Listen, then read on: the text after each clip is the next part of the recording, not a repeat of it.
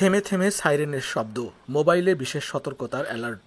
আকাশে ধোঁয়ার কুণ্ডলী, বাতাসে পোড়া গন্ধ, ছাই উড়াউড়ি করছে অবিরাম। ফায়ার সার্ভিসের হেলিকপ্টার আর জরুরি সেবার গাড়িগুলোর সাংকেতিক শব্দ, চোখে মুখে অজানা আতঙ্ক নিয়ে মানুষের ছুটে চলা।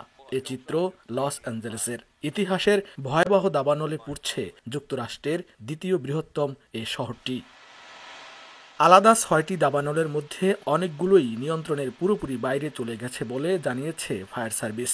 হারিকেন তীব্রতার বাতাস, শুষ্ক আবহাওয়া ও পানির চাপ কম থাকায় আগুন নেভাতে হিমশিম অবস্থা দমকল কর্মীদের। আগুনের তীব্রতা দেখে তখন তা নিয়ন্ত্রণ করার বদলে সাধারণ মানুষকে সরিয়ে নেওয়ার কাজ করছেন অগ্রাধিকার ভিত্তিতে ফায়ার ফাইটাররা। ফলে হতাহতের সংখ্যা বেশ কম হয়েছে। লস অ্যাঞ্জেলেসের ফায়ার সার্ভিসের প্রধান অ্যান্থনি ম্যারন বৃহস্পতিবার এক সংবাদ সম্মেলনে বলেন, আগুন নেভাতে যুক্তরাষ্ট্রের আরও ৬ অঙ্গরাজ্য থেকে ফায়ার সার্ভিসের কর্মীদের ক্যালিফোর্নিয়ায় আনা হয়েছে। আগুন নেভানোর কাজে নতুন সমস্যা হিসেবে দেখা দিয়েছে পানি।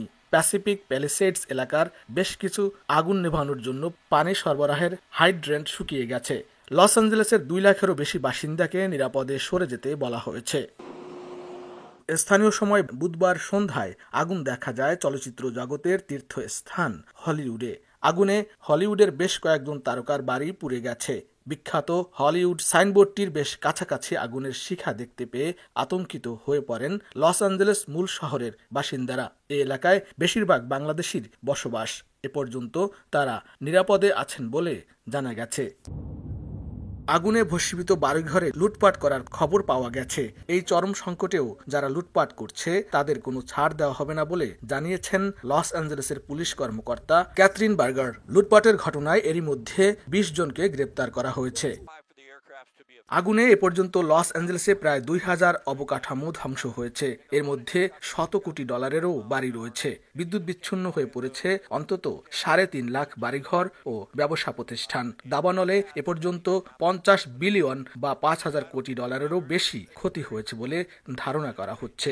তবে এই ক্ষয়ক্ষতির পরিমাণ আরও বাড়বে।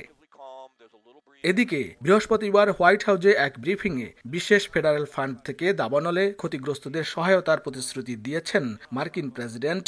দাবানলের কারণে বাতিল করেছেন তার ইতালি সফর।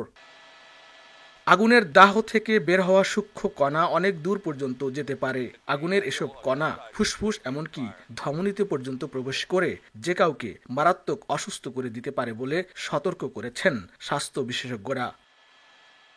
গত কয়েকদিনের তুলনায় বাতাসের গতিবেগ কম হওয়ায় আগুন নিয়ন্ত্রণ কিছুটা সহজ হবে বলে মনে করছেন দমকল কর্মীরা। তবে পানি সংকট নিয়ে ক্যালিফোর্নিয়া প্রশাসনের প্রতি ক্ষোভ ঝেড়েছেন যুক্তরাষ্ট্রের নবনির্বাচিত president Donald Trump. Laskar Al Mamun, সময় সংবাদ, লস অ্যাঞ্জেলেস, যুক্তরাষ্ট্র।